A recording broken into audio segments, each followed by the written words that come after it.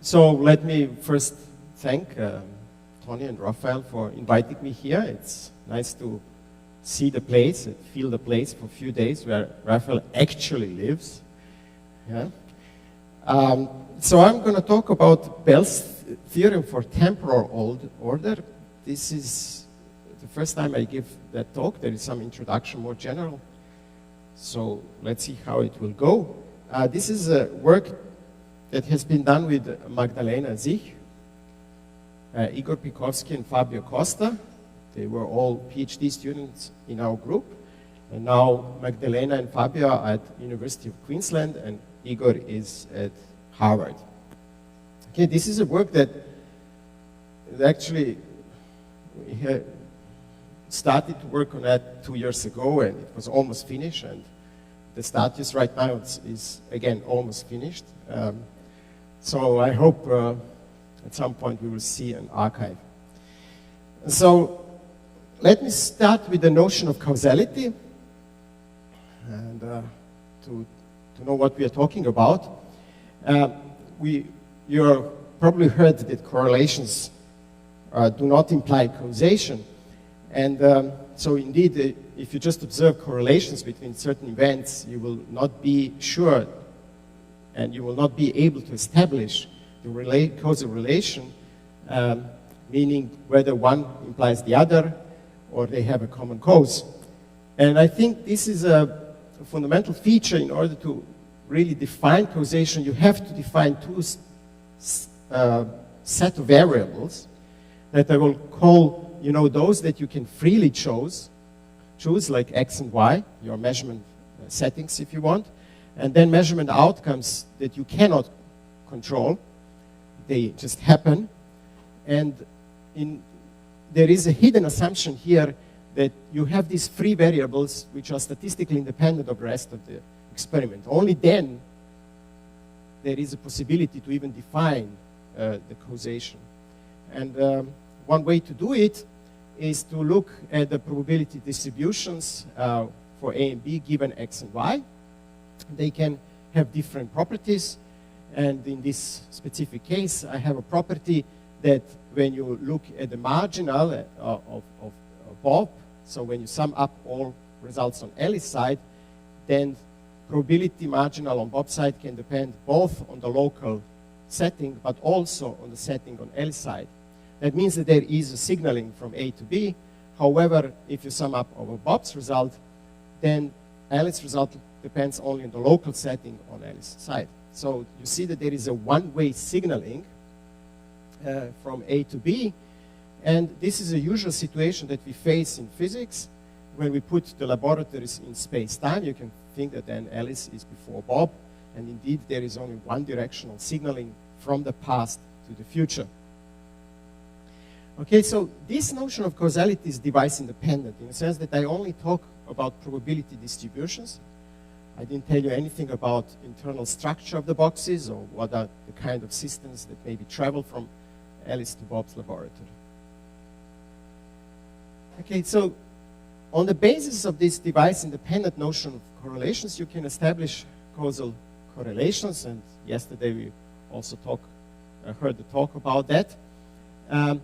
So causal correlations are the situations where you either have a type of probabilities that I introduced in the previous slide, where Alice signals to Bob, or you have the reversed situation where Bob can signal to Alice, or you have no signaling, or a convex combination of these three cases. So the general probability, causal probability, then can be written as a convex combination where these signals, where A equal or smaller than B means either A is before Bob in the sense of signaling, or they do not signal to each other. So no signaling correlations are somehow non-interesting very much. In this case, you can add them either in the first term or the second term. And so yesterday we already heard a little bit about the causal inequalities, but it turns out that these causal correlations satisfy causal inequalities, which are facets of the causal polytope, and one of those is really guess my neighbor's input game. And yesterday this was explained that, and I just repeat here that one of these games is well, gamed where Alice has to guess Bob inputs, and at the same time Bob has to guess Alice inputs. And obviously, if we put one laboratory in the past of the other, then Bob can accomplish the task perfectly, but Alice can only guess randomly what was the input of Bob, and this bounds then the probability of success to 1/2. Okay, so I think the greatest merit of this work with Ognan and Fabio in 2012 is that we could show that there are also non-causal correlations, if you want under inverted commas to call them like that. And this is that there are probabilities that you can write down in form which is not a convex mixture of Alice before Bob or Bob before Alice, and that this probability can even arise in a certain framework, which we call process framework, where global causal order in quantum mechanics is relaxed. Now, going back to these probabilities that cannot be written as this convex mixture, one can ask oneself, well, what they really mean then. And I'm not sure I can give a good answer to that. One way to understand them, that they allow, in certain sense, two-way signaling. Two-way signaling, which, of course, is signaling which goes beyond here. Also in this mixture, you have two-way signaling, but it cannot be written in that way. And, well, in certain sense, both Alice signals to Bob and Bob signals to Alice, although the system enters only once the laboratories, and the laboratories are shielded. So usually, if the system only enters one into the laboratory, then I have a system, I send it away to another guy, and the guy receives the signal. And this is the situation, the system enters only one laboratory. Of course, you can have two-way signaling. If the system enters twice the laboratory, I send it away, and I receive it back from somebody else. So the system enters twice your laboratory. This is not allowed in the formalism. And nevertheless, we say that there are kind of both-way signaling, although the system only once in the laboratory. So, of course, you cannot understand this in a causal notion, but that's at least the farthest that I can imagine understanding this from the operational point of view.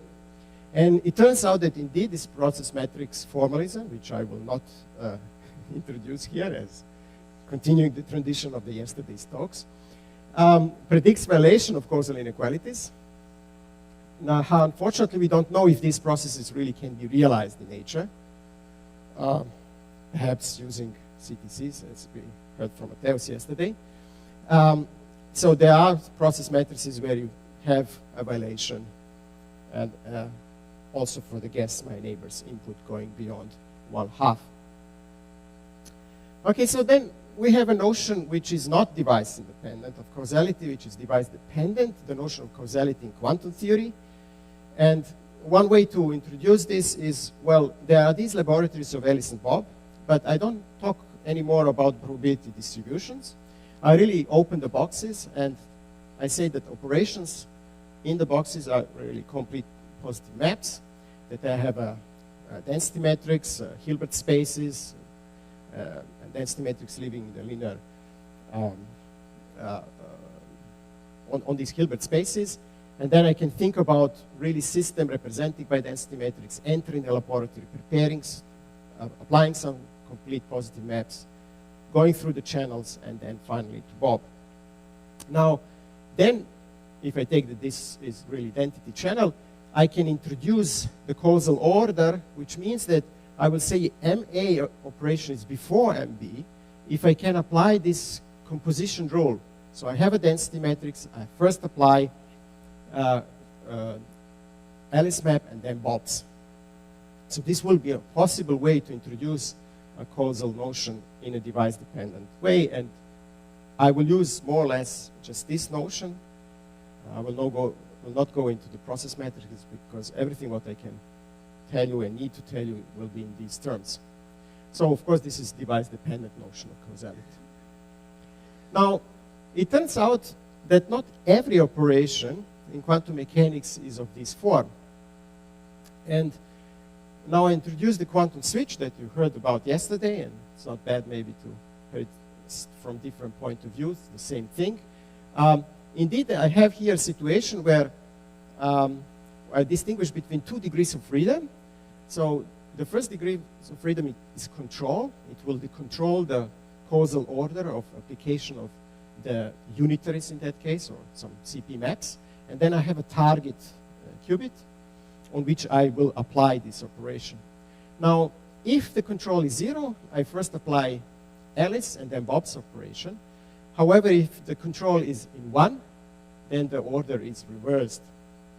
And finally, you can think about putting the control into the superposition of these 2 operations of the control. And I want to apply, actually I see that this is reversed. This has to be here and the other thing here. Because of course I start with a definite state and then I want to measure. I have no clue how this came from here to here. Anyway, you understand that I start with the superposition of the control and then I apply this unitaries controlled, and at the end I would also want to measure this control in some 45 degrees or complementary basis, 0 plus minus 1.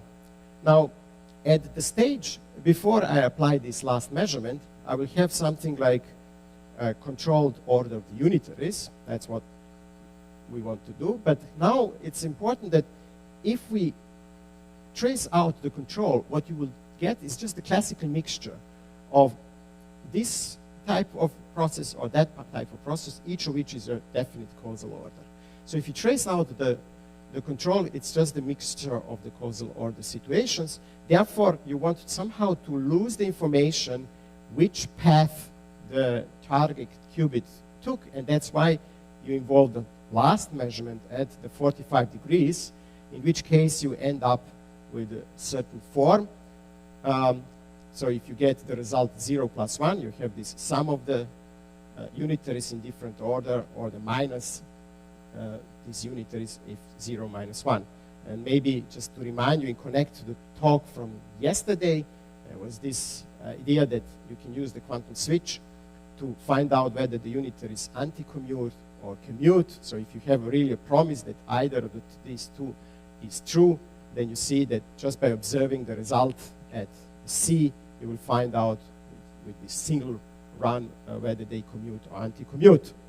Okay, and now it's almost obvious, although in a process formalism you can prove it more rigorously, that this cannot be written at any kind of a causal order, a map in which you, for example, you have first Alice and Bob and Cleve, like let's see Cleve.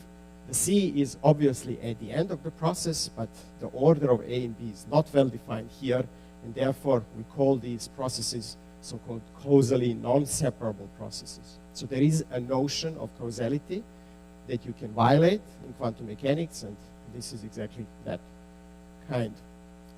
Now, one can think about that maybe, well, since we have this weak notion of causality, maybe we can use the switch to violate really inequalities.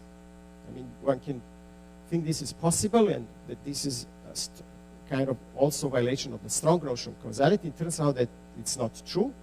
And the proof was given independently of these 2 papers, and it's very simple, and that's why I want to show you.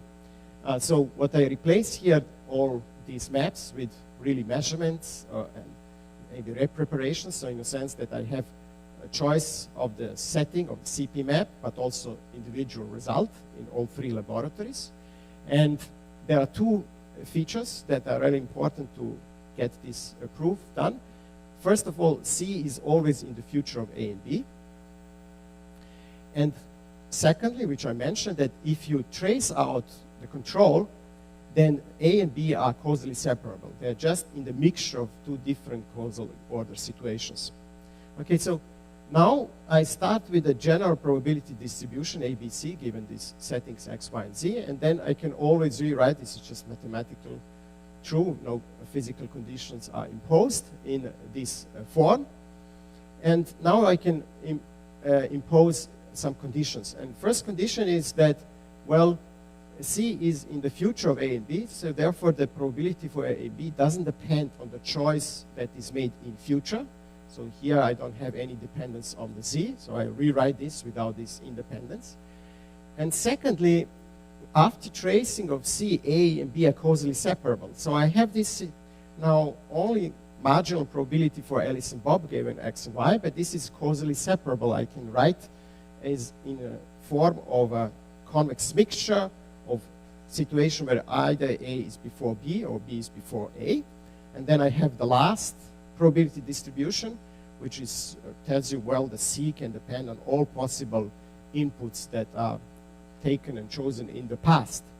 And now I can introduce a new probability, which is just the product of A before B probability and the last one, and call this, well, this is a certain probability where I have a definite causal order. A is before B is before C, and the last one where I have B before A and before C.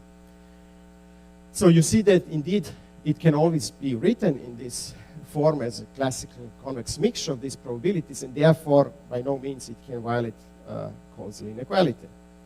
So, well, the quantum switch is interesting. We can do interesting stuff also in quantum information and reduce some resources, as we heard yesterday. It violates the weak notion of causality, shaped for the quantum theory, but not the strongest one in the sense of the causal inequalities. Okay, so then the question depends, well, can we give some kind of theory still independent proofs of non-causality?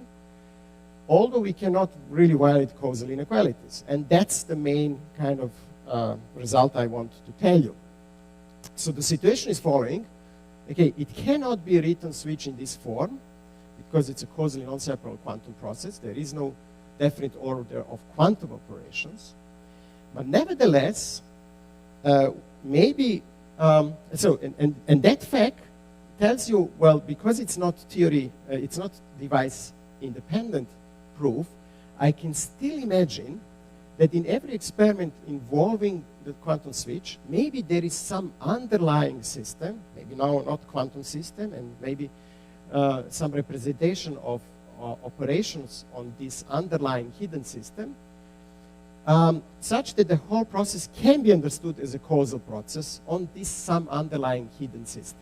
Okay, the fact that this is not true, and I cannot describe this as a causal or quantum relation, doesn't exclude possibility that I can simulate the same process with some maybe other hidden system, for example, in general probabilistic theory formalism, in which this will be a causal process. And basically, any experiment that we have performed so far on the causal witness doesn't exclude this possibility. And now, what I want to say that we can say something about that, and in under certain condition, even exclude this possibility. Okay, so the question is, can one provide a theory-independent proof of the existence of non-causal processes? Because this is theory-independent in the sense that you have a very large classes of theories that you can exclude. Now, I want now to kind of make a distinction between different degrees of device independence. So the strongest one is where objects of your proof is just a probability distribution. Okay, this we cannot prove that, we have no proof that the causal inequalities are violated. Then we have something which is very weak notion in the sense that I assume that these are density metrics, these are complete positive maps, and these are theory dependent. For example, I assume the quantum theory, and then I base the proof on that. For that notion of causality, we can prove that the quantum switch is a non-causal process. And then there is something which, in most general case, can combine probability distributions, but also some notion of the state and operations of the state without explicitly specifying which specific theory I use. So it could be a general class of general probabilistic theories. And I would like to call these proofs theory-independent yet device-dependent, because they do rely still on the notion of the state and not only on the probability distributions. And what I want to claim is that we can say something about that for the notion of causality. So provide a theory-independent yet device-dependent proof of non-existence of causal processes. Okay. The framework will be general probabilistic theories, and I give here really a sketchy introduction into these theories. So you have a state space, and the state space could be, for example, for two-level system, a classical bit where you have just 0 and 1 and all mixtures in between. This is the representation very similar to the Bloch vector representation in a quantum system, which is the qubit case, where you have the mean values of the spin along x, y, and z, and then the whole space is, well, the ball in three-dimensional space.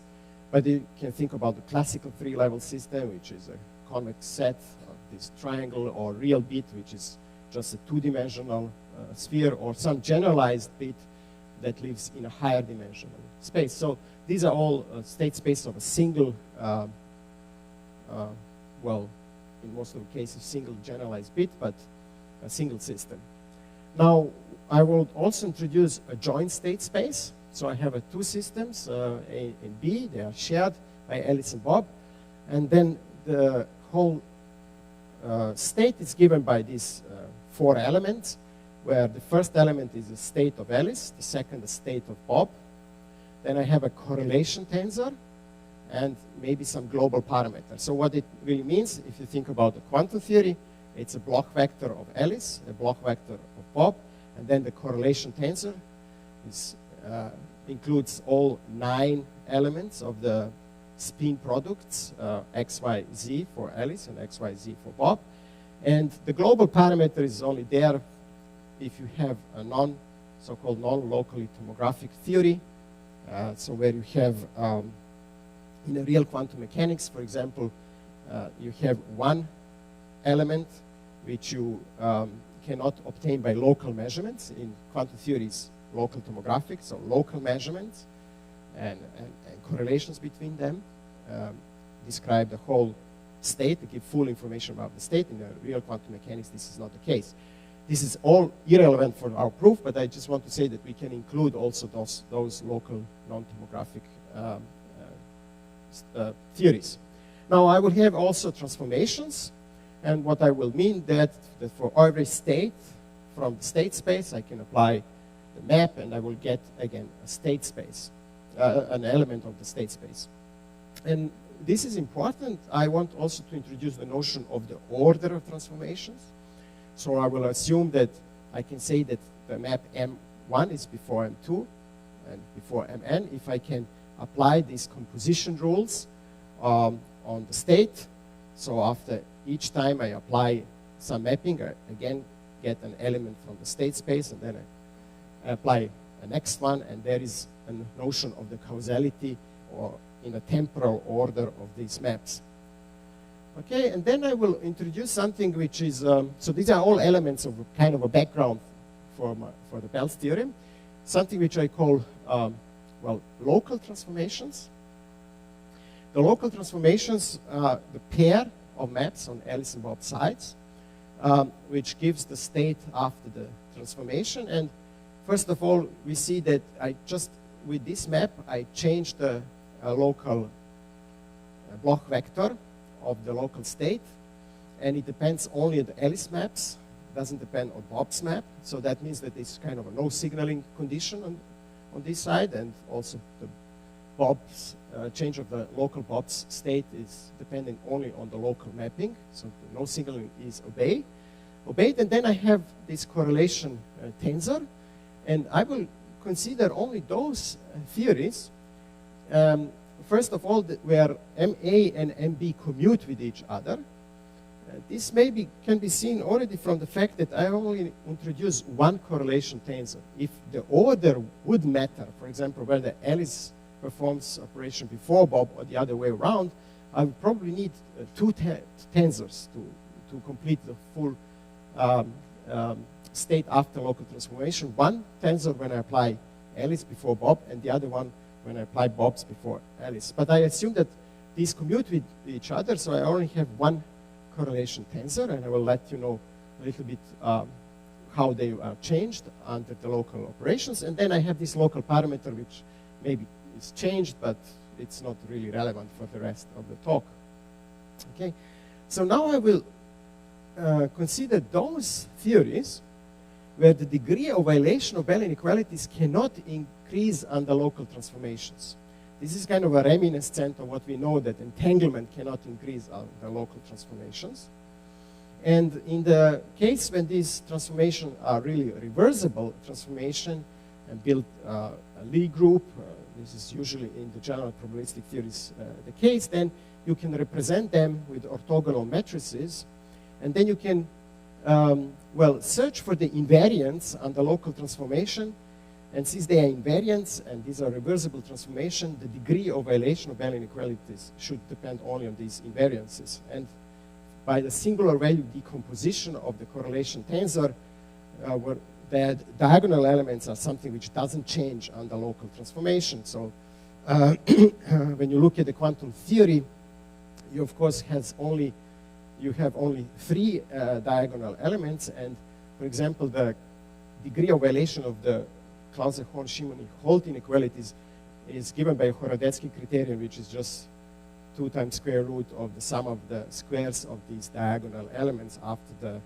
applying the singular value decomposition. And the same type of the proof can be also extended for the theories that have more than 3 dimensions of the correlation tensor. So if you think about this generalized spin that live not in 3-dimensional Bloch ball, but in the larger dimensional Bloch ball. Anyway, so this is more or less an example of theories where the degree of violation of Bell's inequalities cannot increase under local transformation. And I will not need this example. I will just use this assumption, and that's all what I need to go on with Bell's theorem for temporal order. Yes?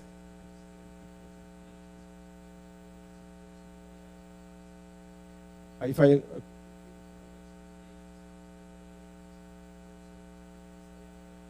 you can have a decrease of the degree of violation. I use this reversible to keep the violation degree of violation constant, but you can decrease as well. All what is important that it doesn't increase. Okay, so that's all what I want to have for the proof. So you can have some general like CP maps where you lose the correlations. So now I'm coming to the assumptions for Bell's theorem. You have some kind of a background, and I'll state now the assumptions. So first of all, I assume that the initial state, I would consider 2 parties, okay, the usual Bell setup. And the initial state from this general probabilistic theory of 2 systems doesn't violate Bell inequality. That's the assumption. So I start with that. The second, I assume that the local transformations on A and local transformation on B cannot increase the amount of violation of Bell's inequalities of the initial state, exactly what we discussed in the previous slide. And then I will have something which I call definite causal order. So the order of local transformations is predefined. So I will assume that there is an order that I can say this operation first performed and then that in each of the laboratory. The mutual order of the transformation in 2 laboratories is not important because they commute with each other. So that's why I put here local. I mean, this is the order of local transformation, and I assume that this is predefined. And then I have the free choice and the usual background assumptions for the Bell's theorem, that the measurement choices are independent of the rest of the experiment. I don't want to go into further exploration of this 4th assumption. And the no-go theorem is that there are no states, set of transformation measurements which obey assumptions 1 to 4 and violate Bell's inequalities. And okay, and then the usual what you want is, if in a concrete experimental situation you have all reasons to believe in, well, 2, 1, and 4, you are forced to, let's say, to question at least the definite causal order. Okay, so here is the proof. The assumptions are so strong that the proof is trivial. So I have a situation indeed where I have a source, and well, I have local operations on Alice and Bob, 2 of them on each side, and as you see how the path goes, it really is a definite causal order. I apply first MA1 and MM2, and the same on both sides. So first, if you remember, I start with a state which doesn't violate Bell inequality. So it's a local state. It's state shared here, and it can be written via this local causality Bell's assumption. Okay, then I assume that there is a definite order of the local transformation. That means that when I apply this pair of operation on Alice and Bob side, I will end up with something which again doesn't violate Bell inequality. And the state here, the omega prime AB, can be written in such a way that I start with the initial state, and then I apply the pair of operations, and I assume that they are in a definite order. That's why I represent this as a composition of two operations. And I first apply on Bob's side B1, and then on Alice's side A1, and I get a state. And this state, according to the assumption, should not violate Bell inequalities, this local transformation. And in the state which doesn't violate Bell inequalities, then I apply the second pair, and again I end up with a state that doesn't violate Bell inequality. So at the end, I have a state that doesn't violate Bell inequality. So the assumptions were at the initials I do not violate, and I have local operations that cannot increase the violation of Bell inequalities. And I have a definite order, so I can write these maps in that way. And I end up with a state that doesn't violate Bell's inequality. Okay, and so how you can really trace this in time. So I really start with this state, and then at this moment, or at that moment, I apply the first operation, and then it's causally ordered locally. So then I apply the second one after this, and the final state doesn't violate Bell's inequality. Okay, so how I can violate this in quantum theory, and the idea is to have entangled switch shortly. So I have a source, and the source emits some particle, and I can measure on this particle spin or polarization, and the temporal order is actually controlled by the path, and as you see. And if I have a black path, and then both particles that are in some initial state that doesn't violate Bell inequality goes to A1 or B1, and then A2 and B2. And if it is the gray path, then they're also correlated again, such that I first apply A2, B2, and then B1 and A1. So that's the state at the beginning, and that's now important. I will go back to this. The local state, because it's a spin, the system is the spin, is really in the state that is a product state, doesn't violate Bell inequality, but the order, which is given to the path, is entangled. And after applying these local operations, I end up in such a state that if I have the control, 0, 0, then is first A1 and B1 applied, and then A2 and B2. But if I have the path 1, 1, it's just the opposite order. And, well, if I observe here on measurement stations of Alice and Bob, for example, I subselect the cases when I measure on both sides 0 plus 1, then I end up in a state that is depending on the choice of unitaries, could be also entangled.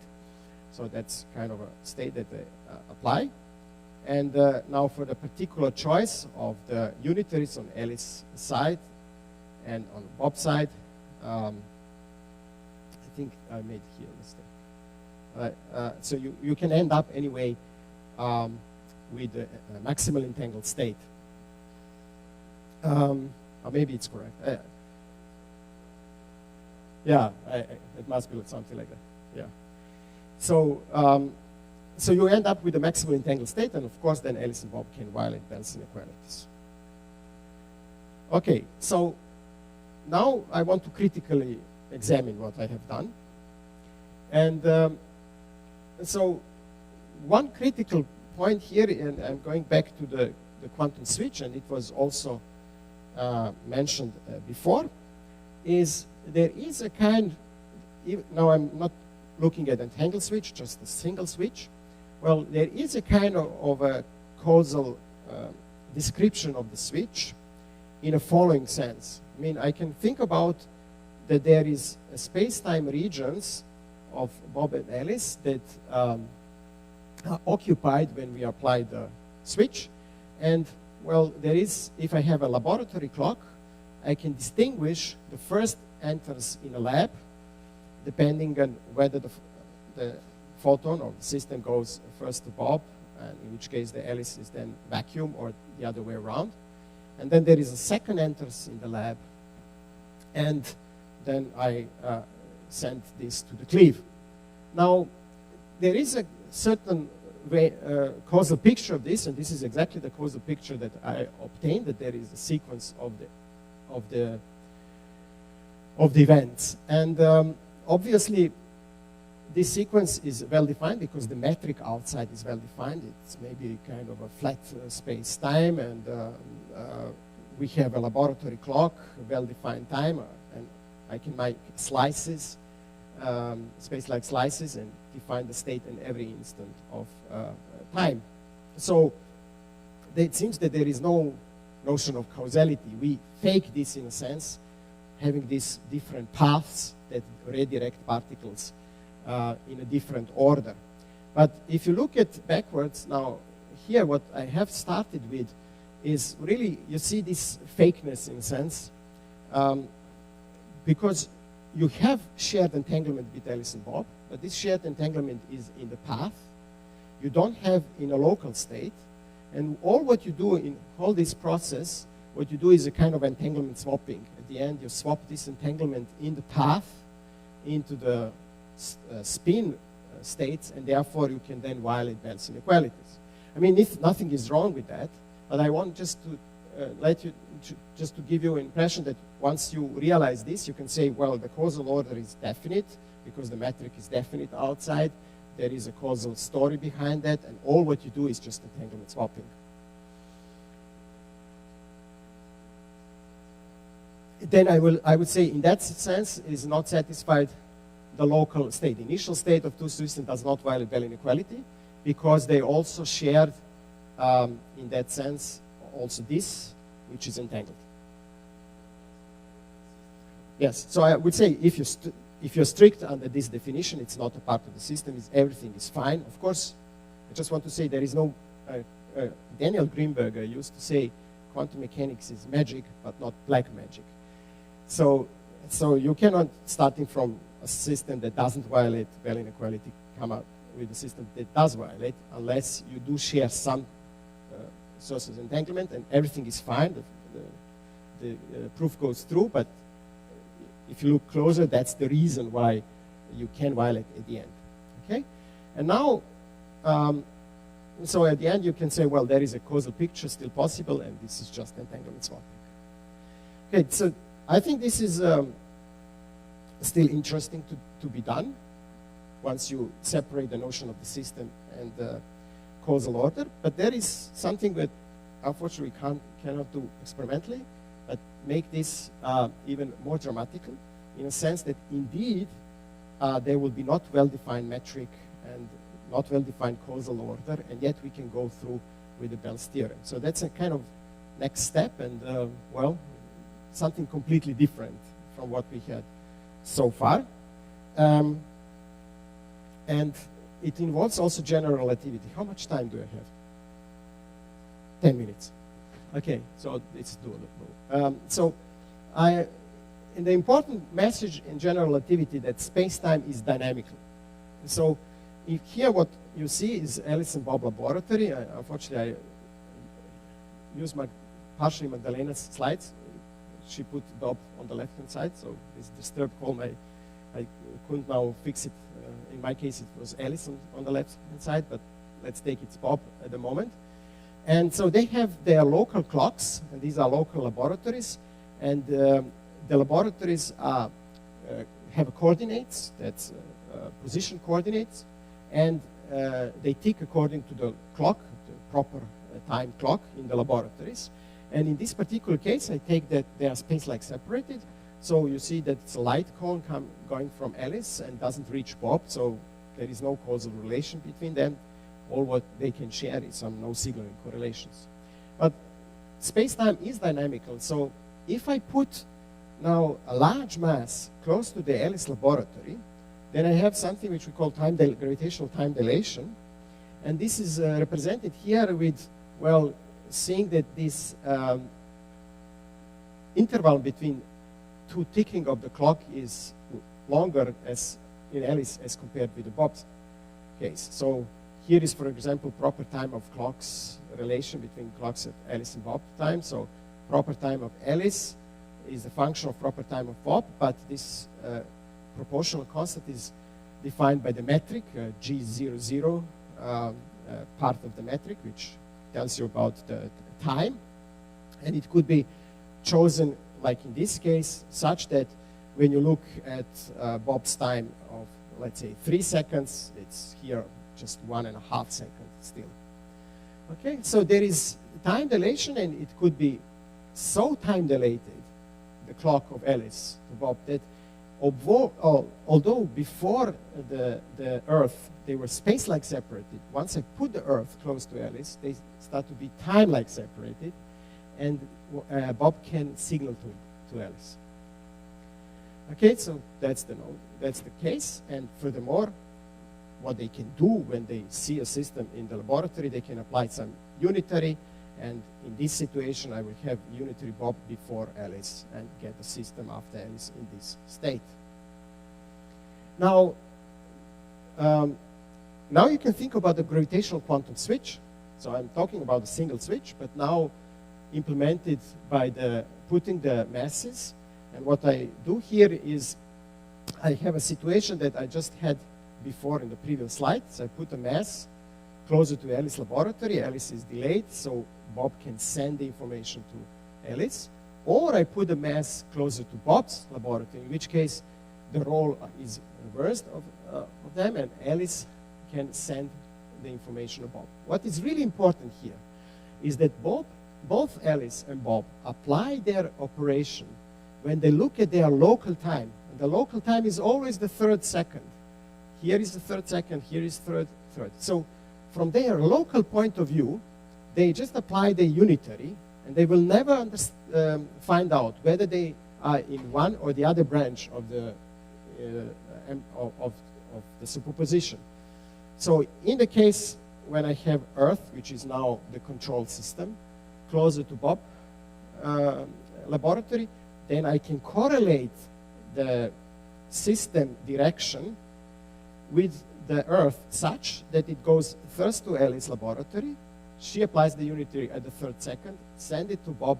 Bob applies, according to the local time, the operation at the 3rd second, and they get this state. And the other case is just the reversed order. So at the end, you indeed have a quantum control of causal order, very similar as in the usual setup, but with a really important fact that here really there is no definite metric. The metric is a kind of a superposition of classical light states. And if we believe in linearity in quantum theory, even on these scales, then you will have the equivalence of the previous switch. Okay, now here is again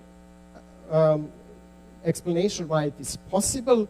So if you look from the distant observer, so it's just the look that we have to look at this slide, then the distant observer in general relativity measures time, his local time, with something which we call coordinate time in general relativity. And this coordinate time is just, according to this coordinate time, we have equivalent picture as we had before, several slides.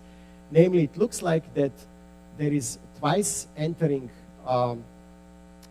the system enters each laboratory well, at 2 different coordinate times. And this is not in disagreement what I said before, because the local observers, the Alice and Bob, they see this as a single entering at the same instant of proper time. And this is possible because the relation between the coordinate time and the proper time is such that proper time depends not only on the coordinate time, but also on the metric. So when the Earth is, for example, left, and I have the first entering time, then this product is a proper time, and this proper time is the same as when the Earth is on the right-hand side, and I have the later entering time. So although in the coordinate time, it looks like there is an order and different instances and different events. Locally, this is the same event, and Alice and Bob cannot distinguish whether they are in one or the other amplitude of the superposition. Okay, now I'm almost done. Now when we know how to have a gravitational switch, now we can again have an entangled gravitational switches. So this is conceptually nothing new. What I do is now I have a switch. So this is two assistants of Alice and the final measurement of Alice, and two assistants of Bob and final measurements of Bob. And I didn't draw, in the next slide I will give a figure also with the systems. I now only give a picture of the control. So I put the mass in the superposition. So this mass is not only for the Alice part of the setup closer to A2, it's also closer to B2 as compared with B1. So I will have a time dilation of A2 with respect to A1, but also B2 with respect to B1. And of course, if I put the mass in the control state 1, the role is reversed. And at the end of the experiment, I have to somehow forget the control or the measure the control in the 45 degrees, just like we did in the previous case. And so if you do it something like that, then in the space-time picture, you have something of the following form. So here you have the mass and the control state 0. In that case, I will have Alice, and I have then systems that I share with Alice and Bob. And the order of the local operation will be such that if the Earth is in a 0 state, then I apply first A1 and then A2 on Alice side, or B1 and B2 on Bob's side. However, if I have the Earth in the control 1, then the order of the local operation will be reversed. So I first have A2 and A1, and then B2 and B1. And at the end of the day, I get exactly, again, the state that with a suitable choice of unitaries could be a maximal entangled state, such that Alice and Bob can measure and violate Bell inequalities after post-selecting the Earth at one or the other outcome. And this post-selection is independent of the choice of the setting, so it's a kind of allowed post-selection in violation of Bell inequality. So conditional on D and conditional where I detect the Earth, I will have one or the other state, but in any case, this could be a maximal entangled state, and Alice and Bob can violate it. Okay, so with this, I conclude the talk. So first, the status of current knowledge is that there are no processes known to violate causal inequalities. Okay, so we can't give a violation, or we can't prove a violation of the strong notion of causality, but we can do a little bit better than just having a causal witnesses within quantum theory and provide some kind of a theory-independent, yet device-dependent proof of non-existence of local definite temporal order. That's what I want to try to convince you. For that, it's really important to define the event operationally. So usually, an event is a space-time point. But you have seen that if you put the space-time point and you use the coordinate time, you will have two events that operationally are non-distinguishable from the local point of view. So if I think about looking at my local clock and applying the unitary or any measurement, that will define the event. The event is defined operationally according to all what I have in my laboratory. And if I have the same time and same operation, I will not distinguish these two events, and they can then interfere as we had in the gravitational switch. And well, if we extend the validity of quantum mechanics and general relativity and apply them jointly, then we can think about temporal order that can be entangled, and these are entangled gravitational switches. We don't have background space-time. However, you don't need the full-fledged quantum gravity, of which I have very little knowledge. because you don't quantize the gravitational field, you just superpose classical-like solutions. And with that, I want to thank you. That's Magdalena, Fabio, and Igor. So thank you very much.